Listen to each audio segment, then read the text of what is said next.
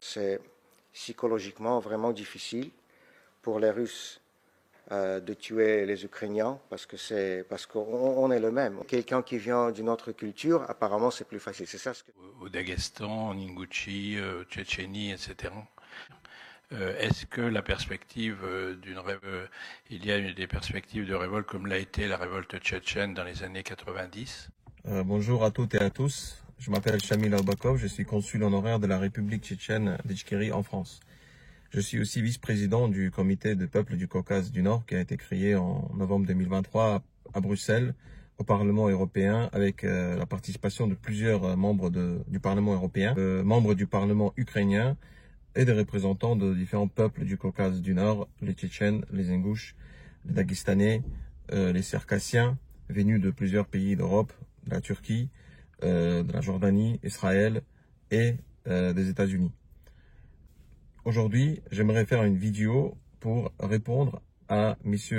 Kara-Murza. Il a été auditionné par le Sénat.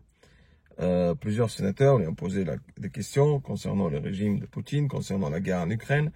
Et parmi les questions, il y a une du sénateur Maluret qui concerne la Tchétchénie, les ressortissants de Tchétchènes, les ressortissants des autres républiques du Caucase du Nord. Donc il a vraiment cité plusieurs républiques, Daghestan, Tchétchénie, Ingouchi.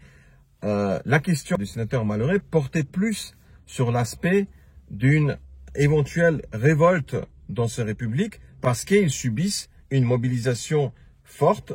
Donc beaucoup de personnes dans ces républiques, relativement beaucoup de personnes dans ces républiques sont envoyées à la guerre. Et par conséquent, la majorité des morts qui reviennent dans des cercueils en plomb retournent au Daghestan, en Ingouchi, Tchétchénie, etc. Quelle est la situation aujourd'hui dans ces républiques? Est-ce que la perspective d'une révolte à l'occasion justement du fait que l'armée soit occupée en Ukraine, est-ce qu'il y a des perspectives de révolte comme l'a été la révolte tchétchène dans les années 90? Et plus généralement, comment définiriez-vous cette situation de ces minorités, de ces républiques? Est-ce une situation coloniale ou est-ce que c'est quelque chose de plus compliqué? Et en répondant à cette question, M. Kara-Murza a sorti un argument qui nous a vraiment révoltés. Et je me permets de lui répondre dans cette vidéo et j'espère que M. Kara-Murza va changer sa position et j'espère que les sénateurs qui ont écouté ces réponses prendront en compte mes explications complémentaires. C'est absolument vrai que beaucoup de militaires russes en Ukraine viennent de ces républiques-là, du Caucase, de l'Est, en Sibérie et tout ça. Plutôt, les raisons sont économiques. Quand on a parlé avec vous, Madame la vice-présidente, ce sont les régions très pauvres.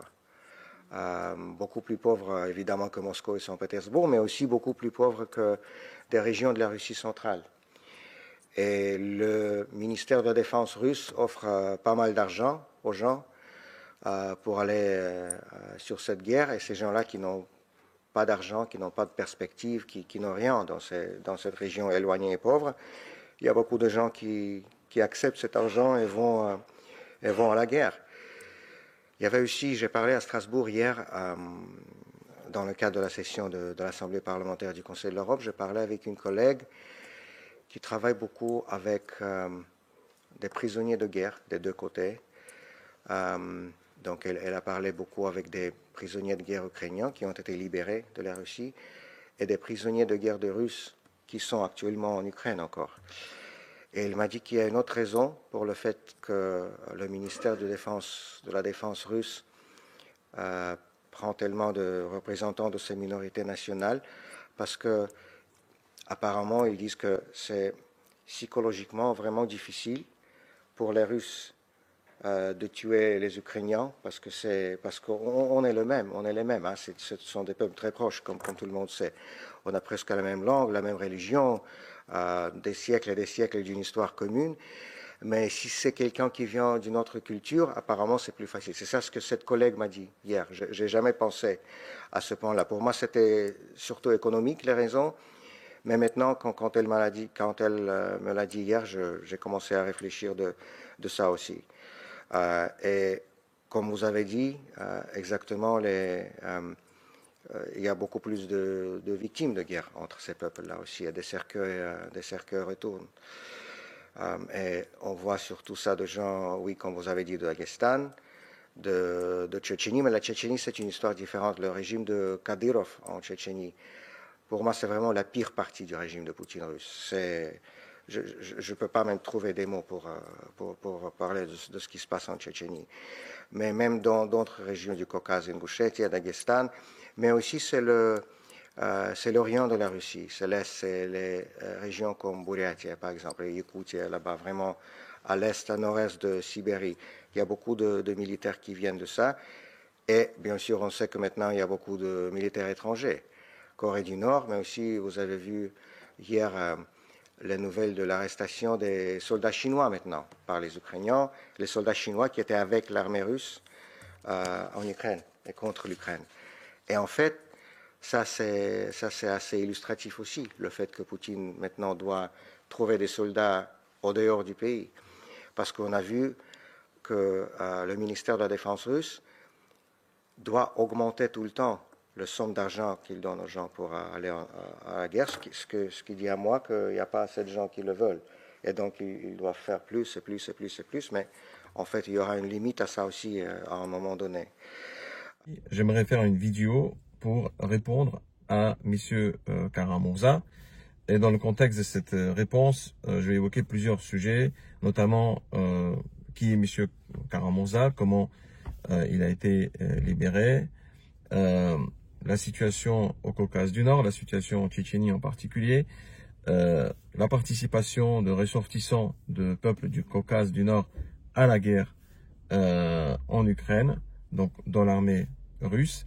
Tout ça pour donner une image réelle de la situation concernant le peuple du Caucase du Nord. M. Kara-Murza est une personnalité d'opposition russe très connue. Il a toujours combattu les régimes de Poutine depuis les débuts.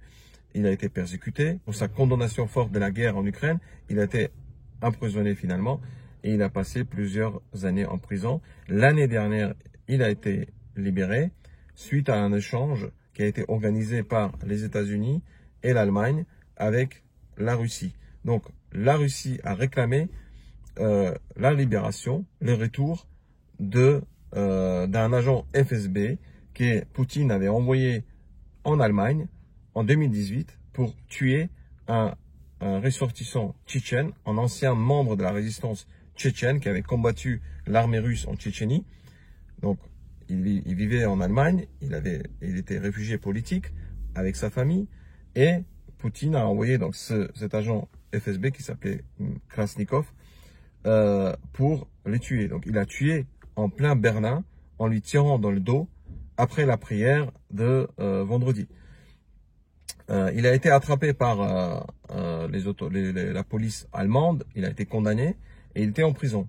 Dans l'accord que les États-Unis ont trouvé avec la Russie, ils ont donc décidé de céder à la demande de Poutine, de libérer ce tueur à gages, de le rendre à la Russie en échange de la libération de plusieurs personnalités de l'opposition russe connues comme parmi eux donc M. Kara-Murza. Quand on a su que cet échange a eu lieu, on était révoltés, pas pour les personnes qui ont été libérées. Nous sommes contents pour eux, nous sommes heureux pour eux, nous sommes contents qu'ils ont pu retrouver la liberté, leur famille, qu'ils ont pu quitter la Russie. Par contre, nous étions révoltés à cause du fait que dans la liste des personnes libérées, n'avait aucune femme, aucun homme d'origine tchétchène, d'origine du Caucase du Nord, en sachant que nous avons de milliers de personnes qui sont aujourd'hui dans les prisons russes pour des motifs politiques, pour des raisons politiques, et surtout, beaucoup parmi eux sont dans les prisons pour des actions qui ont été commises par leur famille, par leurs proches, par les membres de leur famille, par leurs proches, comme par exemple Zarema Moussaïva, qui est en prison, qui a été emprisonné par le régime de Kadyrov, qui est actuellement dans la prison russe, juste parce que ses 3 fils sont ici en Europe et ils s'expriment contre les régimes de Poutine, contre les régimes de Kadyrov. Donc, malheureusement, aucune femme, aucun homme de nos prisonniers, de prisonniers d'origine tchétchène, de ressortissants du Caucase du Nord, n'ont pas été réclamés ni par les États-Unis, ni par l'Allemagne, en échange d'un tueur à gages qui a tué justement un résistant tchétchène ici en Allemagne. Ça nous a révoltés et nous avons donc manifesté à l'époque devant le consulat des États-Unis et le consulat de l'Allemagne à Strasbourg pour exprimer notre protestation. Maintenant, revenons au sujet de la vidéo. Donc, ma réponse à M. Kara-Murza, il a été auditionné par le Sénat. Plusieurs sénateurs lui ont posé des questions concernant le régime de Poutine, concernant la guerre en Ukraine. Et parmi les questions, il y a une du sénateur Maluret qui concerne la Tchétchénie, les ressortissants de Tchétchènes, les ressortissants des autres républiques du Caucase du Nord. Donc, il a vraiment cité plusieurs républiques, Daghestan, Tchétchénie, Ingouchie. La question du sénateur Maluret portait plus sur l'aspect d'une éventuelle révolte dans ces républiques parce qu'ils subissent une mobilisation forte. Donc, beaucoup de personnes dans ces républiques, relativement beaucoup de personnes dans ces républiques sont envoyées à la guerre. Et en répondant à cette question, M. Kara-Murza a sorti un argument qui nous a vraiment révoltés. Et je me permets de lui répondre dans cette vidéo et j'espère que M. Kara-Murza va changer sa position et j'espère que les sénateurs qui ont écouté ces réponses prendront en compte mes explications complémentaires. M. Kara-Murza a dit que le grand nombre de personnes recrutées dans l'armée russe dans les républiques, dans les différentes républiques nationales, parmi les minorités, on va dire, qui vivent en Russie, s'explique par le fait des personnes de différentes origines, donc tchétchènes, ingouches, daguestanais et autres, les tatars, les bashkirs et autres, ont moins de mal, moins de remords à tuer les Ukrainiens que des soldats d'origine tout simplement russe. Donc, c'est une remarque complètement discriminatoire, complètement incorrecte, fausse. Et j'appelle M. Kara-Murza à corriger sa position sur cette question. Il est inacceptable que la responsabilité pour des crimes de guerre que l'armée russe commet aujourd'hui en Ukraine soit remise sur des peuples qui sont forcés de faire partie de la Russie aujourd'hui. Les Tchétchènes ont résisté, ont voulu se séparer de la Russie, ont proclamé leur indépendance, ont créé un État indépendant, mais ont été exterminés, ont été forcés de rester dans la fédération de la Russie et, par conséquent, faire partie de l'armée russe quand la Russie attaque différents pays. Dire qu'un Tchétchène, ou un Ingouche, ou un Daguestanais, ou un Tatar, ou un Bashkir a moins de remords pour tuer des Ukrainiens, c'est complètement discriminatoire.